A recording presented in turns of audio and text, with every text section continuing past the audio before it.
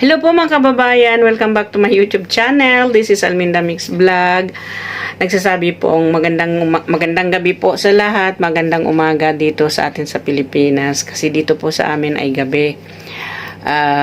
So bago po natin umpisahan ang lahat, please do subscribe Ka-Business Official, Papa Dins TV at ang kanilang pangalawang channel, Family Ka-Business, at ang inyong pong lingkod sa aking munting bahay. Kung bago pa lang po kayo sa aking channel, pakipindot na po yung subscribe button dyan mga kababayan, na para pong mayroon man akong video na i-upload ay updated po kayo sa aking mga video na i-upload.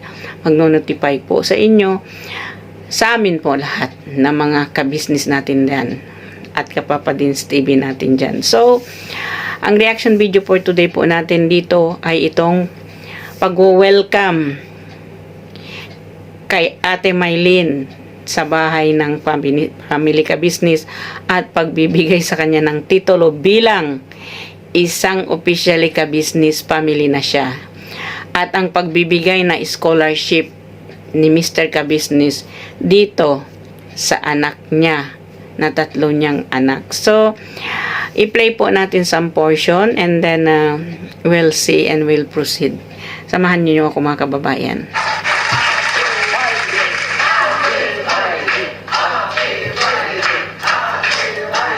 Hey, maupo kayo. Bigyan natin upuan. Kaya, kumusta Ate Maylene? Maylene, kamusta? Kumusta ang iyong maghapon? Kayo po ang dalawa ni Bongs ay nagkita? Hindi na po. Hindi ka nagkita itong araw na to. Akala ko nagkita kayo kanina sa tindahan. Wala, hindi ko po ano. Sino ba nagsabi? Si Bay? Ikaw yata ba eh? Sila po. Nagkita? Kasi po, nandun sa tindahan, nakita sa Kaya ano, may word o. Ay, kuya. Okay. Doon sa tindahan na pinagtatrabuhan ni Ate Maylene. Anong ginagawa ni Bong doon? Pumasya lang po siguro. Ngayon namimis si Ate Maylene. Hindi ka pumasok eh. Kasi pumasok. Okay.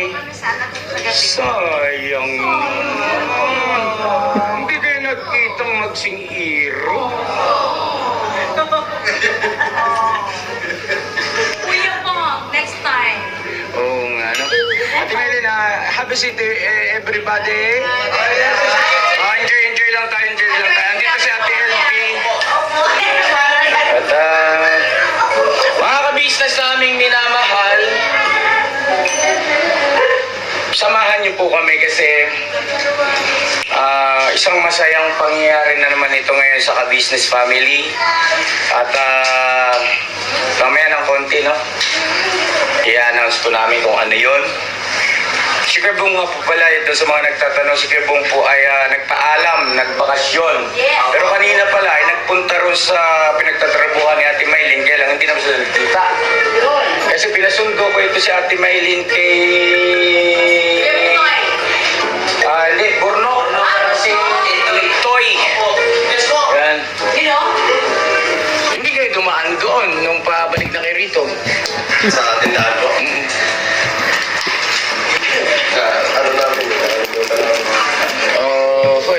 Mag-i-snack po tayo while tayo ay nagre-reaction. Pasensya na po yung mukha kong pulang-pula. Hindi po ako laseng. Ganyan lang ang mistisang hilaw. Chari! Kaya kumaga kasi, nakita tayo po sa tindahan. Kanina kita yung Kuya Bong. Sino kasama mo? Sabi niya, Kuya Bong po. Okay. So, kaya pala hindi makasagot sila. Ito, si Borna. Ayun pagkaklaro po mga ka-business, ganito po kasi. Kaninang umaga po kasi, pinapuntahan ko si Ate Maylene doon sa bahay nila. Kasi nga, pinasusundo ko, pinapupunta ko rito sa ka-business house. Kanya lang, wala ka pa yata. Dito ka sa anak mo sa Liparo. Ngayon, bumalik sila kay Bugnoy at saka si Power Rangers. Pero nakita nila si Kuya Bong doon sa tindahan. Pumunta kayo ng tindahan sa pinagtatrabuhan ni Ate Maylene dahil sa akala nyo nandun si Ate Maylene. Pero ang nandun ay si Kuya Bong. Ayun, so malinaw na. At ngayon naman po, gabi na, alas 8 ng gabi, ay muli pinabalikan ko po si Ate Maylene. Pinasunto ko naman kay Borna at saka kay Entoy. Oh, so mga kababayan, malinaw pa yan malinaw pa ng malinaw doon sa batis na tubig ha. Na ito si Kuya Bong ay palaging namimisita doon saan nagtatrabaho si Ate Maylin. So, yan. This is it. Yung ganyan talaga yung mga taong nai-inlove na hindi mapakali kung hindi mapakali at hindi masatisfied na hindi makikita o hindi makausap ang minamahal. So, tingnan ninyo si Kuya Bong ay nandun daw, pumunta doon. Eh, wala naman daw doon si Ate Maylin. At si Ate Maylin ay pumunta doon sa anak niya sa Liparo. Doon siya nag-spend for one night. So, pagbalik niya, siguro pagpunta ni Bong doon ay wala siya doon. Tapos itong si Intoy at saka itong si Bornok at saka si Power Ranger. Ang nagsundo ay nakita nila ay hindi si Ate Maylin ay itong si Kuya Bong nga raw ayon sa kanila. So, tingnan po natin kung ano itong magandang i-announce ni Ka-Business dito sa Family Ka-Business kung ano ang magaganap dito. Ayun, kaya nandito sila ngayon. Ang dahilan kung bakit ko sila pinasundo, itong mag-iina na ito, kasi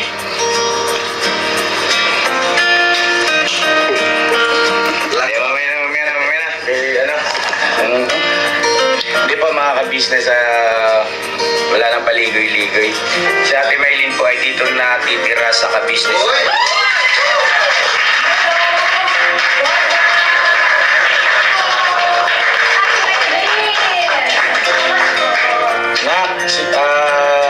Genesis, Crystal, at saka si... May barkada ka. Ay, tropa agad ah. Etong gwapo mo bata.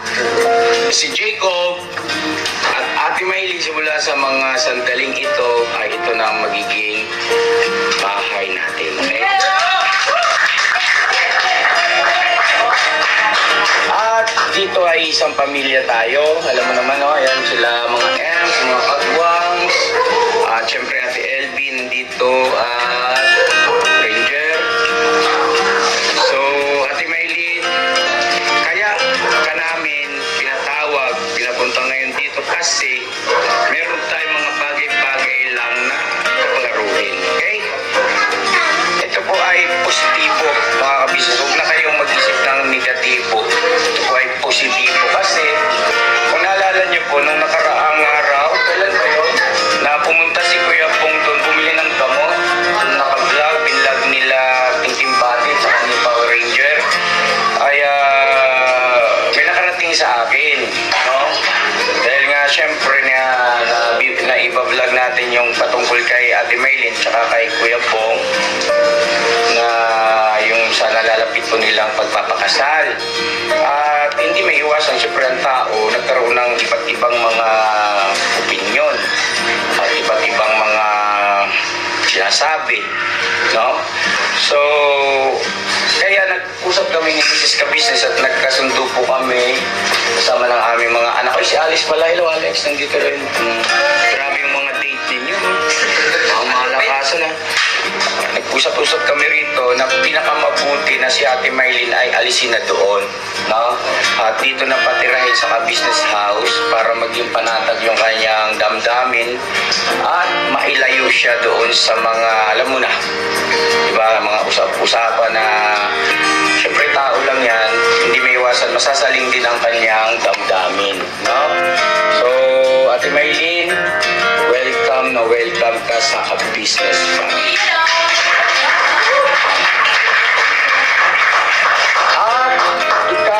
Ay isa ng official na miyembro ng ka-business family.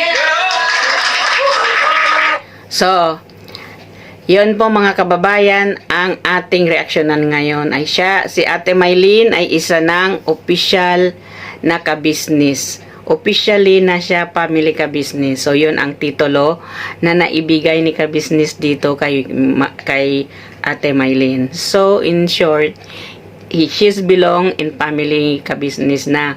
Officially na po talaga siya na nilagyan ng titulo ni Mr. Ka-Business bilang ka-business family officially. So, congratulations Ate Maylin. So, make it make it good and make it more better kasi nandyan ka na sa maayos na kalagayan. Nandyan ka na sa taong na talagang tapat ang pagtulong at handa kang tulungan hanggang sa katapusan. So, why not, diba? Kahit naman siguro ako, pagbigyan ako ng ganyan, bakit kundi igagrab? Diba? Lahat naman ng tao talaga dyan, talaga naman lahat ng tao ay nangangarap mapabilang sa kabisnis. Diba? Saan ka pa? Kompleto na Kumbaga, full package na ang bigay ni Mr. Ka-Business pag nandiyan ka sa kanya nagtatrabaho. Hindi lang ikaw, buong pamilya mo, sagot niya. Full package ka mo. Baka pagka naging trabahador ka, naging employee ka ni Mr. Ka-Business, ay full package ang binibigay niya sa iyo. 'Di ba? Nagbibigay siya sa iyo ng trabaho, pamilya mo, kompleto pamilya mo, sagot niya. Parang full package yan ka pa, kahit saan kumpanya, hindi yan.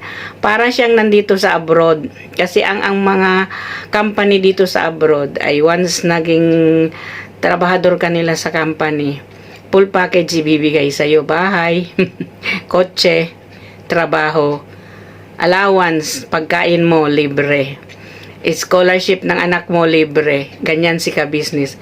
Full package po ang tawag kay Mr. Ka-Business ngayon, kasi pag magbigay siya ng trabaho sa isang tao, tatanggapin niya bilang isang magtrabaho sa kanya. Full package ang binibigay niya, pati pamilya mo libre, 'di ba? Kung nandyan ka sa piling niya. So, ay magandang opportunity yan talaga sa gano'n na sitwasyon, kasi wala naman pong talagang makakagawa ng ganyan. Bihira lang na taong makakagawa ng ganyan. Pati pamilya mo libre, pati pamilya mo sagot niya Pag-aaral ng anak mo sagot niya. Hindi ba, mga kababayan? Kumbaga ng malaking tulong. Kumbaga, totoo yung sinasabi nila o sinasabi ni Mr. Ka-Business na ang pagtulong ay hindi yung nandyan ka sa kalsada na naghahanap ng tutulungan mo. Si Mr. Ka-Business po ay ang pagtulong niya is 24/7.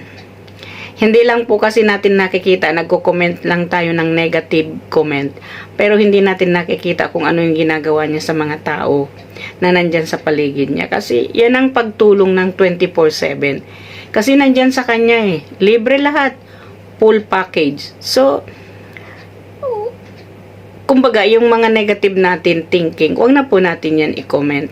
Although, supportahan na lang po natin ang Ka-Business Official na aangat pa ng tulad ng ibang mga vlogger, charity vlogger na inaasam-asam natin kung anong magiging na yan. Dapat ay yung sa atin ay ipupush natin siya papunta sa taas para mas marami pa po siyang matutulungan na package, family package ang tulong niya sa mga tao. So, wag na po, iwasan na lang po natin itong negative comments dito sa kay Mr. Ka-Business, kasi hindi naman po talaga basta-basta ang magtulong.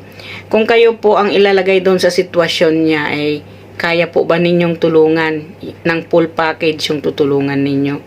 Kung hanggat lang po ang makakaya natin, iyon lang. Kaya dapat hindi na tayo mag-comments ng negative comment dito sa Ka-Business pa official, kasi kung hindi po natin nakikita yon, kami or iba pang mga supporters ni Ka-Business ay nakikita nila kung paano ang pagtulong ni Ka-Business is not only one day, this is 24/7 ang pagtulong niya sa mga taong tinutulungan niya.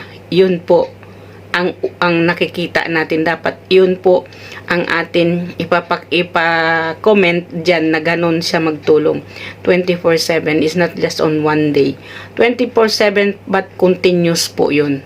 Hindi yung 24/7 lang, 1 month or something. Hindi, taon na. Yung taong 24/7 tinutulungan niya is taon na Taon na, hindi lang month, di ba mga kababayan? So, dito kay Ate Mylene is napakaswerte na niya.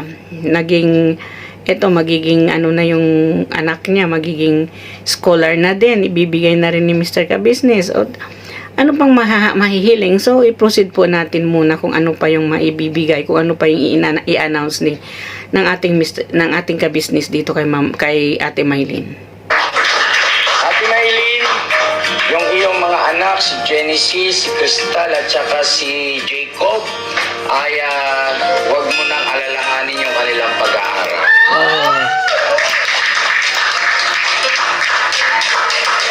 Kasi kami na ang bahala sa kanilang pag-aaral, simula sa bayad sa school, sa kanilang mga gamit, uniform, mga gastusin sa eskwelahan, dapat bayaran. Na, hanggang makapagtapos sila ng college. Okay ba yun? Opo. Okay ba yan? Sa kanila yun. O, tingnan ninyo, full package talaga, sagot na nila yung pag-aaral ng mga bata. From elementary until makatapos sila ng college. Full package talaga. Kumbaga, scholar ng ka-business official. Itong mga anak ni Ate Maylin. So, yun nga ang sinasabi ko, full package eh. Kung siya ay tumutulong, full package eh. So, sa atin pong mga sumusuporta kay ka-business, suportahan po natin siya hanggang sa dulo ng ating pagsusuporta sa kanya. Kasi, saan ka pa ba naman makakita ng isang tao tumulong ay full package, pati pamilya, pati anak, sagot. Hindi lang kumbaga sa konsumo, sa pag-aaral, sa lahat ay sagot pa niya. 'Di ba? So tingnan po natin. So, yun na, Genesis, na pagbutihin mo ha. Sikap ka, magsipag ka. At ang daming magtuturo sa'yo rito, mga matatalino. Opo. Yan, dami. Pagka may tanong ka, huwag kang dalawang isip. Dalawang isip, sigurado. Sigurado, zero. Sigurado, yung sagot na makukuha mo, pero pinakatabi siya, alam mo kanino ka magtatanong para sigurado ang sagot. Ha? Hindi mo pa alam. Di ba? Mama ka-business ko. Si Mama Ka-Business, huwag mong tatanungin. Pakiusap lang, Genesis. Sobrang busy niyan. Ang daming ginagawa niya. Kita mo naman ngayon, nagbibideo ako sa sobrang busy. So, ayan po ang ating mga scholars, mga business. Nadagdagan ng nadagdagan. Mga ka-business, gusto ko lang pong linawin na yung pag-aaral ng mga anak ni Ate Maylin ay hindi lang po yan elementary, high school, kundi hanggang college. Sagot sa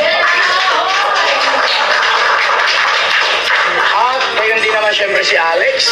Lex, alright. May napili ka ng kurso. Kumusta yung pag-asikaso sa yung pagka-college? Si Alice, rin po yan. Scholar din natin po yan. At bukod dyan, syempre, yung mga anak ng mga kagwang, sigurado na ang kanilang mga pag-aaral ko. Ikoy, Iya, Kenzo, at sino ba? Baka may makalimutan ako, may magtampo. Basta, yan mga business, mga anak ng aking mga kagwangs, mga M's ay Arreglado Antimano. Dali! Dali! Saan lang yan? Uy, grabe yung ito. Opo, mga kabisnes, yan po ay masaya ang puso namin. Mga kabisnes. Totoo yun. Kasi di ba sabi ko sa inyo, hindi ko gagawin isang bagay na hindi ko gusto. Na kumbaga yung napipilitan na o kailangan gawin. No way. Hindi ganun si ka-business. Pag ginawa ko isang bagay, inanunsyo ko, ibig sabihin nun, masaya ko doon. Alright? Alright! Kaya, Genesis ha. Kasi ikaw panganay, di ba na ako? Ikaw ang pinakapanganay ngayon. Pagpapiliin ko talaga. Ate Maylin, talaga naman wala pa man ay bumababa na. Salamat po ng marami. Pangarap po sa mga anak ko kahit na mahirap po na magpagkatapos talaga kasi gawa nga na hindi ko naranasan yan makapagtapos. Kahit parang sa mga anak ko, salamat sa pagkatapos. Nandiyan kayo, magagayos na yung mga anak ko. Mag-anak. Tulong-tulong tayo. Tayo rito ay isang pamilya. Marami mo. Huwag kang mag-alala, alalayan ka namin sa pagdidisiplina, sa pangaral, pagmamalasakit, pagtuturo sa inyong mga chikiting. Parang Kenzo at Koy-Koy lang yan eh. Tsaka parang Kagwang at tsaka Ems lang yan eh. Awa ng Diyos eh, kita mo naman, umiigi, may improvement man. niyong biglain. Mga Ate Maylin. At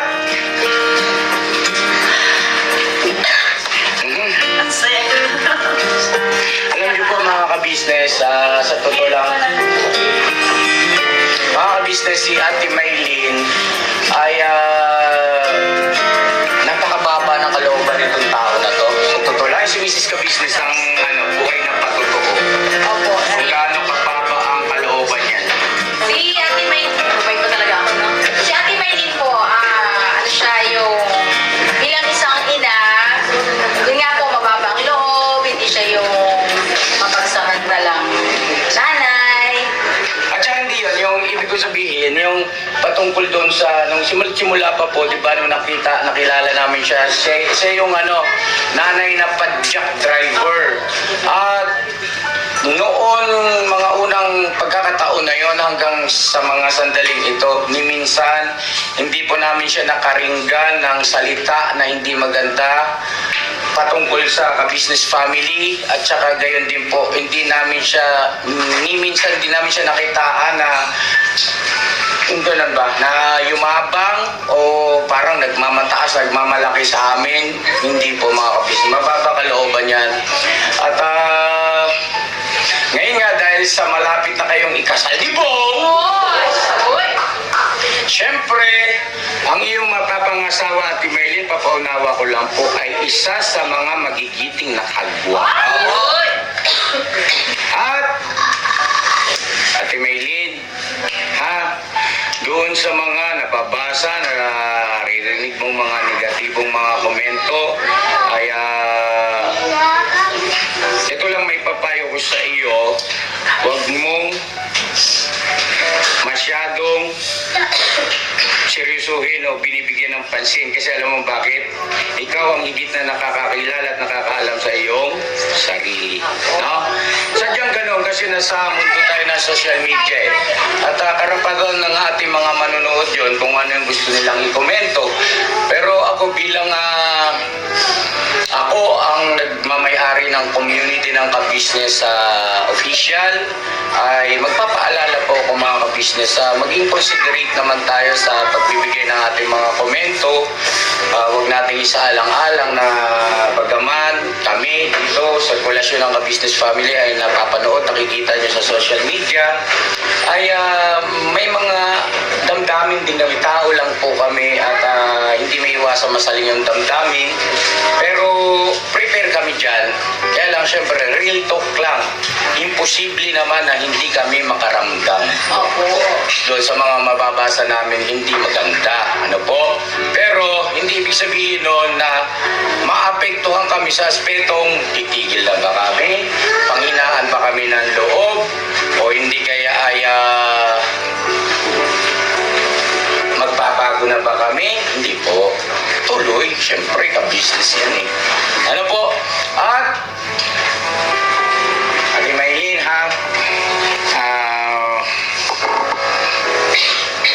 didiretsahin ko na ito Ate Maylin with due respect po, no?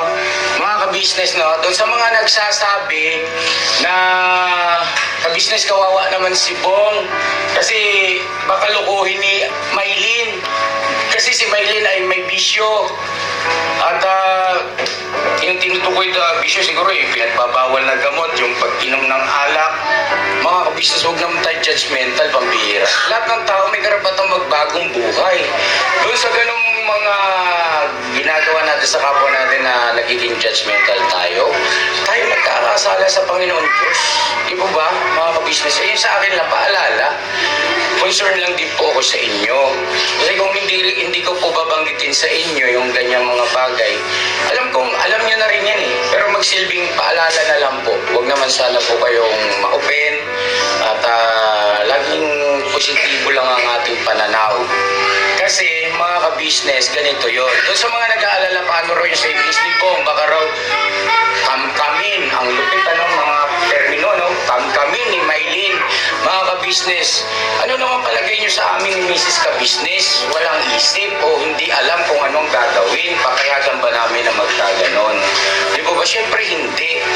Hindi sa ibig sabihin na kapag halimbawa kasal na sila na mangimasok kami sa kanila bilang buhay mag-asawa, Maylin at saka si Bong, ang sa amin, andun pa rin yung pagka-guide. Siyempre, kung halimbawang si Maylin ay inagrabyado si Bong, hindi kami papayag. A-action kami ng Ate Maylin, ano?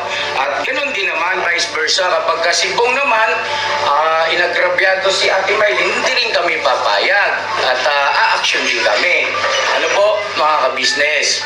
Ngayon, yung patungkol sa savings ni Kuya Bong, huwag niyong alalahanin yun. Kasi po, si Ate Maylin sa mahabang panahon na kilala namin ito, hindi po ito mukhang pera. Hindi po yan materialistic na tao. Mga kabisnes, ako na po nagsasabi sa inyo. So, lang yan ay magpadyak ng yung sidecar, umita ng magkano, mas gugustuhin niya pa yung kaysa yung Mamalimos.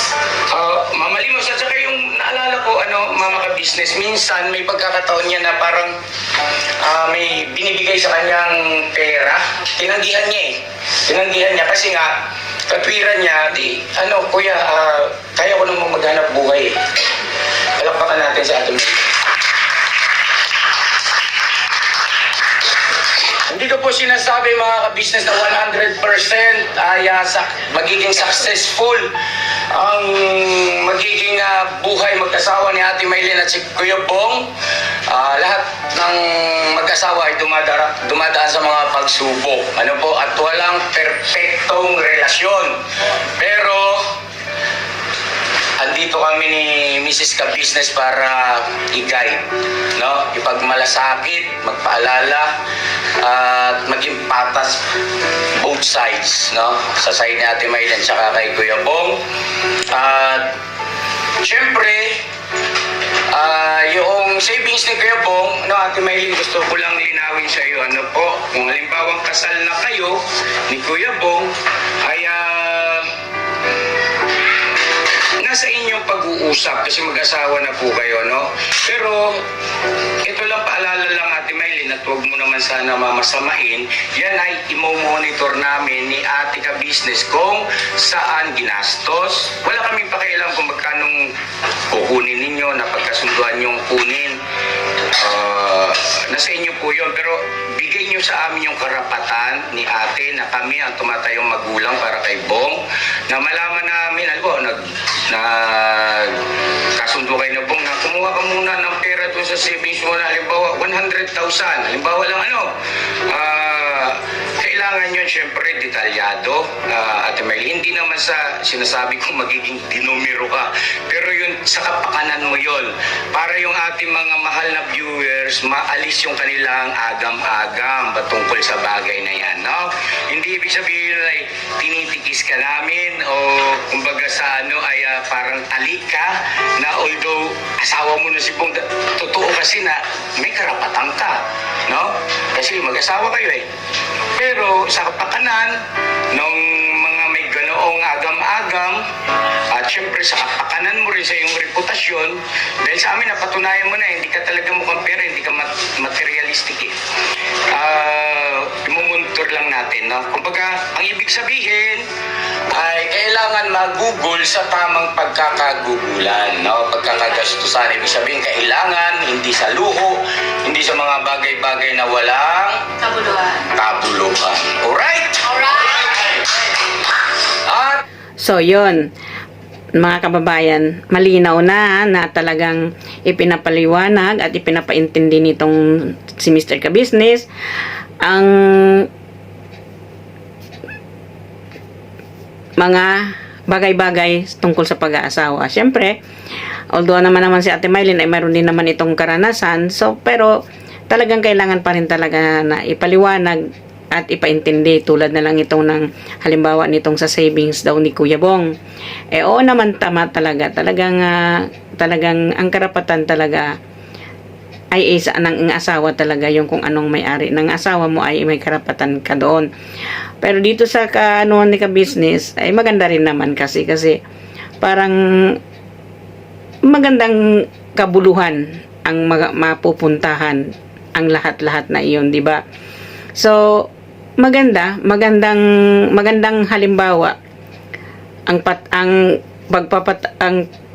tumayo bilang isang magulang ni Kuya Bong, itong si Mr. and Mrs. Ka-Business, kung ano yung turo o kaya kung ano yung advice nila dito kay Ate Maylin papunta doon kay Ate Bong, kay Kuya Bong, dito kay Kuya Bong papunta doon kay Ate Maylin. So napakaganda naman talagang kung talagang susundin mo, kung talagang gusto mong umasenso o gusto mo maging maayos ang buhay mo bilang mag-asawa, susundin mo kung ano yung payo kasi yun din ang guide, yun ang nagga-guide sa inyo, ang pagga-advise ng isang magulang dito sa mag-asawa na mapunta kayo in a right way, in a right situation dahil doon sa advices ng mga magulang. So dito kay napakaswerte na lang naman talaga ni Kuya Bong at nitong si Ate Maylin na bilang isang couple to be na mayroon silang tumayong magulang ni Kuya Bong na nag-a-advise at nang-aalalay sa kanila sa hirap at ginhawa. Napakaganda at napakaswerte po ng mag-asawang to be na ito dito sa Ka-Business Official na si Kuya Bong at si Ate Maylin na talagang mayroon tatayo at mag-guide sa kanila sa magandang paraan. Kumbaga hindi sila madehado, hindi sila mapabayaan, hindi sila mapunta kung saan. Dito sila mapunta sa tunay at dito sila tatayo na magiging maayos ang pamumuhay nila bilang mag-asawa dahil may nagga-guide sa kanila eh. So hindi po ba mga kababayan? So kahit naman po kayo ay ma-analyze niyo kung ano yung pinapaliwanag ni Mr. Ka-Business tungkol doon na napaka gandang advices doon sa mga taong na ikakasal na mayroong kumbaga mayroon patutunguhan ang kanilang pagsasama dahil nga ay syempre walang problema, may ipon. Yun lang ang maganda talaga ka sa isang lalaki na bagong magpakasal ay talagang isinisigurado na may ipon siya. Na hanggat hindi pa siya nag-aasawa, nag-iipon siya. So kung pagka nagkaasawa na siya, wala nang problema, may dudukutin kung anumang business ang kanilang umpisahan. Ito lang ang maganda. At least itong si Mr. and Mrs. Ka-Business, nag-a-advise talaga sa mga kagwang na talagang mag-ipon kayo. Mag-ipon kayo, in case of everything, may dudukutin kayo. Yun, saan pa kayo makakakita ng boss na sasabihin, mag-ipon kayo, i-advisean kayo, wag ninyong padalos-dalos. Kasi ang pera, kahit gaano pa yung kalaki, pag hindi mo yan iingatan, mawawala din yan sa'yo. So, maganda na lang itong si Mr. Ka-Business, nagga-guide siya sa mga kagwang niya na mag-ipon kayo. Tulad na lang itong si Kuya Bong, napakaswerte ni Ate Maylin para siyang nanalo sa loto. Kasi may sarili ng pera si Kuya Bong wala na siyang problema, may sariling bahay, may sariling pera. And then wala na siyang hindi siya magugutom in short. At saka siguro swerte rin talaga ni Ate Maylin na talagang magkamapakasalan at mapangasawa niya si Kuya Bong dahil sa kababaan ng kanyang ugali, mababang yung napakababa niya tao, hindi siya, although yun ang sinasabi ni Mr. Ka-Business, siyempre si Mr. and Mrs. Ka-Business ay nakilala nila talagang tunay na ugali ni Ate Maylin kasi from the beginning until now, tinutulungan nila ito. Hindi nila ito binababayaan. Kung pupunta dyan sa kanila, tinutulungan nila, hindi na basta-basta. Kahit marami pang nangbabash dito, ay hindi pinapakinggan ni Ate Maylin kasi alam niya at alam din ni Mr. Ka-Business, hindi niya matitiis si Ate Maylin dahil kilala niya na ito. Ang pangungugali ni Ate Maylin ay hindi garapal. Diba? Totoo siya na tao. Hindi siya nagsasabi at hindi siya nangungontra at hindi niya, kumbaga, walang marinig ang Ka-Business Official ng patalak. 'Di ba? So, mga kababayan, mga ka-business, mga kapapi, hanggang dito na lang po ang aking reaction video. Before anything po, please don't forget to subscribe Ka-Business Official, Papa Dins TV ang pangalawang channel nila, ang Ka-Business Family at ang inyong lingkod Alminda Mix Vlog at ang lahat ng mga reactor ng mga Ka-Business Official. Pa-support po natin ang lahat ng reactors ng Ka-Business Ka-Business Official at Papa Dins TV, Taong Gala, Analisa Reality TV, Anime Vlog, Kalingap Turak, at saka Katangay PLC Vlog. Yun po, at saka si Ma'am Plers, pakisupport po ng ating mga reactors, at ang ating Thinking Body, pakisupport po, at ang Young Russell po, ang magandang kasintahan ng ating Papa Dins TV, ang Young Russell. So, sa lahat po ng aking mga subscriber, at ang hindi pa po nakasubscribe, pakisubscribe ninyo po ako. Shoutout po sa inyong lahat. At maraming salamat sa pag-subscribe sa akin at ang aking mga viewers na laging nanonood. Maraming salamat po. Ako po, daos puso nagpapasalamat sa inyo. At shoutout po sa lahat. Mahal na mahal ko po kayo. Good night at may Allah bless us all, and bye-bye po. See you in my another vlog.